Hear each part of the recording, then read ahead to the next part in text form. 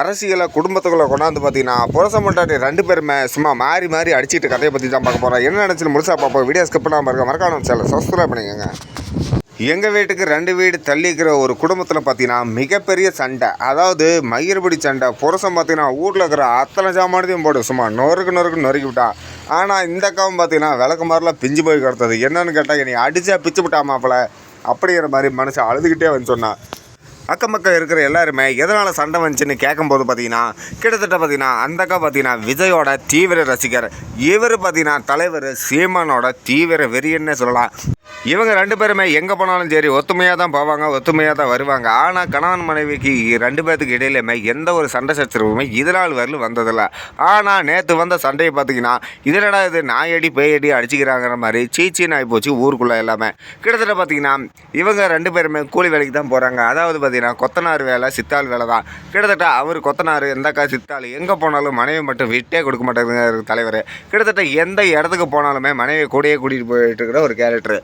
இப்படி இவங்க வாழ்க்கை சுவாரஸ்யமாக போயிட்டு இருக்கும்போது பார்த்தீங்கன்னா நேற்று 2 பேரும் ஞாயிற்றுக்கிழமை காட்டி டிவி உட்காந்து பார்த்துக்கிட்டு இருந்துக்கிறாங்க. அப்போ பார்த்தீங்கன்னா சீமான் அண்ணன் ஏதோ பேசிகிட்டு இருந்திருப்பாரு போல இருக்குது. அப்போ பார்த்தீங்கன்னா தலைவர் அதையே உன்னிப்பாக பார்த்துட்டு இருந்தார். இந்த அக்காவுக்கு செம்ம டென்ஷன் ஆகி போச்சு. லவக்குன்னு வந்து ரிமோட்டை பிடிங்கி டக்குன்னு விஜய் பாட்டை போட்டுவிட்டாங்க. இவருக்கு பார்த்தீங்கன்னா மசன்னு ஆகிட்டார் தலைவர். இப்போ என்னத்துக்கிட்ட டிவியை மாற்றினேன் நான் தான் பார்த்துட்ருக்கேன்னு தெரியல. என்னெல்லாம் பார்த்தா மனுஷனாக தெரியலையா? மயிர் மாதிரி வந்து டிவி ரிமோட் அதுக்கு பிடிங்க சேனலை மாற்றிட்டா வேடி மூடிட்டாத அப்படின்னு அந்தக்கா ஒரு அதட்டா மூடு. அந்த ஆள் பேசுறதெல்லாம் நான் எல்லாம் கேட்டுருக்க முடியாது. நீ வேணால் போய் புது டிவி வாங்கி போய் கால்றா அப்படின்ட்டுச்சு. இந்தக்கா வந்துருச்சு அவருக்கு ஆத்திரம். ஒரு ஆளுன்ட்டு சும்மா சினிமாவில் டான்ஸ் ஆடிட்டு இதெல்லாம் பார்ப்போம். ஒரு கருத்துள்ள நியாயத்தையெல்லாம் நீ பார்க்க மாட்டியா அப்படிங்கிற மாதிரி இவர் சொல்ல. அந்த அக்கா பார்த்தீங்கன்னா ஏன் தலைவனை பற்றி தப்பாக பேசுகிற வக்காலவங்களுக்கு இறாவணின்ட்டு கையில் பார்த்தீங்கன்னா அந்த இடத்துல தட்டு ஒன்று வச்சுருந்துக்கிறாங்க. தட்டிலே தூக்கி தலையில் அடிச்சுட்டாங்க.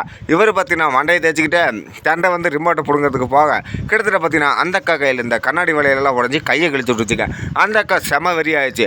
வக்கால வழி இறாவணி நான் இன்றைக்கி என்ன பண்ணுறேன்னு பாடுறானே. கிட்டத்தட்ட பக்கத்தில் கிடந்த சேவக்கட்டையை எடுத்துட்டாங்க. அந்த அக்கா எடுத்துகிட்டு சும்மா முடியை இழுத்து பிடிச்சி குப்புன்னு சாத்த ஆரம்பிச்சிட்டாங்க. எப்போ பார்த்தாலும் வேலை மாதிரி இல்லாமல் இதோ ஒரு நாயன்ட்டு இதையே உட்காந்து கேட்டுட்ருக்கிறேன். இனிமேல் டிவி பார்க்குறத பார்த்தா விளக்கு மாதிரி பிஞ்சு போயிடும் ஓடுறா அப்படின்னு அடித்து வெளியே துரத்துட்டோன்னே இவர் பார்த்தீங்கன்னா எச்சா டென்ஷன் ஆகிட்டார். என்னை வாடி விளக்கு மாத்தில் அடிக்கிற என் தலைவனை பற்றியா தப்பாக பேசுகிறான் அப்படின்னு சொல்லிட்டு வீட்டில் இருக்கிற குண்டா சட்டை ஜாமான் எல்லாத்தையுமே சும்மா சட்டன்னு பக்கத்தில் மம்முட்டி கிடந்துருக்குதுங்க. எடுத்துகிட்டு வந்து போட்டு நொறுக்கி டிவியை வேலை அடித்து தும்சம் பண்ணி விட்டார் தலைவர்.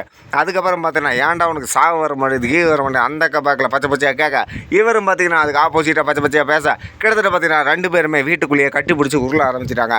ஒரு இடத்துல பார்த்தீங்கன்னா அக்கம் பக்கம் இருக்கிறவங்களாம் என்னடா சவுண்டு ஓவராக கேட்குதுன்னு ஓடி வந்து பார்க்க இவங்க 2 பேரும் பார்த்தீங்கன்னா அடிச்சுக்கிட்டு செத்தா போயிடுவாங்களாட்டுக்கு அந்த அளவுக்கு கலவரமாக பண்ணிட்டு இருந்திருக்காங்க. உடனே பார்த்தீங்கன்னா பக்கத்தில் இருந்த 4 பேர் ஓடி அந்த இவங்க 2 பேர்த்தையும் வேலைக்கு விட்டு ஏன்டா இப்படி பண்ணிட்டு இருக்கீங்க நல்லா தாண்டா இருந்தீங்க ஞாயிற்றுக்கிழமை நாள் கறியாக தின்னுபிட்டு கம்மனு மூடிட்டு இருக்க வேண்டியதாடு ஏக்கடா ராவடி பண்ணிட்டு இருக்கிறீங்க அப்படின்னு கேட்க மாமா நாயத்தை நீயே கேளு அப்படின்னு தலைவர் ஆரம்பித்தார். நான் சீமான் அண்ணன் பேசுகிறத நான் உனிப்பை கேட்டுருந்தேன். மாமா இவளுக்கு என்ன அவ்வளோ ஆணவம் வந்த வேகத்தில் டிவி ரிமோட்டை பிடிங்கி விஜய் பாட்டு போடுறான் அப்படிங்க ஏப்பில் அவன் தான் பார்த்துட்டு போட்டோம் நீ கம்மிட்டு வேண்டியதாப்பிலங்க. மாமா அவர் பேசுகிறது எனக்கு பிடிக்கல அதனால் நீ பார்க்கக்கூடாது என் டிவிலெல்லாம் அவர் பார்க்கக்கூடாது வேணா புது டிவி வாங்கி பார்த்துக்கிட்டோம் அப்படின்னு இந்த அக்கா சொல்ல நான் காசு கொடுத்து வாங்க டிவியில் நான் பார்க்காம வேறு கண்டவனை வந்து பார்ப்பான்னு இவர் சொல்ல மறுபடியும் முகைய ஆரம்பிச்சிச்சு. ஆனால் உங்கள் அக்கா போரே தாங்க முடியாது கம்முன்னு இருக்கணும் கொஞ்சம் நேரம் அப்படின்னு சொல்லிட்டு அப்போ என்னடா ஆச்சு பாரு மாமா போதையில் வந்து டிவி எல்லாத்தையும் நொறுக்கி போட்டான் அப்படின்னு அந்த அக்கா சொல்ல மாமா நான் போதையிலலாம் அடிக்கலாம் நான் தெளிவாக தான் இருந்தேன். இங்கே பாரு மாமா என் முதுவை எத்தனை சேவக்கட்டையில் அடித்து பாரு முதுவே பழுத்து போச்சுன்னு சேவக்கட்டையோட தழும்பு பார்த்தீங்கன்னா மனசு முதுகு பூரா இருந்தது. ஏப்பல நீ தான் இருந்தாலும் ஒரு ஆம்பளை எப்படி அடிக்கலாமா சேவக்கட்டையில் இவனை சேவக்கட்டையிலே அடித்து கொண்டிருக்கணுமாம்மா அவன் பண்ணுற வேலைக்கெல்லாம் சும்மா எப்போ பார்த்தாலும் வீட்டுக்கு வந்தால் போதும் டிவி ஆன் பண்ணால் போதும் இது ஒரு நாயன்ட்டு இதையாக போட்டு கேட்டுட்ருக்கிறான் மனுஷனுக்கு ஆத்திரம் வருமா வராதா அப்படிங்க. இனிமேல் மாமா இவன் வீட்டுக்கு வரமா தான் அந்த நாயத்தை பேசவே கூடாது வந்து என் டிவி பார்க்கவே கூடாது வேணால் புது டிவி வாங்கிட்டு வர சொல்லி இதுக்கு மேலே நான் சோறு ஆக்க மாட்டேன் மயிர் ஆக்க மாட்டேன் அப்படின்னு சொல்லிட்டு அந்த அக்கா பக்கம் விறுவிறுன்னு போயிடுச்சு. இந்த ஆள் பார்த்தீங்கன்னா நடக்கோட முடியல சும்மா காலம் இழுத்துருச்சு அந்த அக்கா சலிக்கா.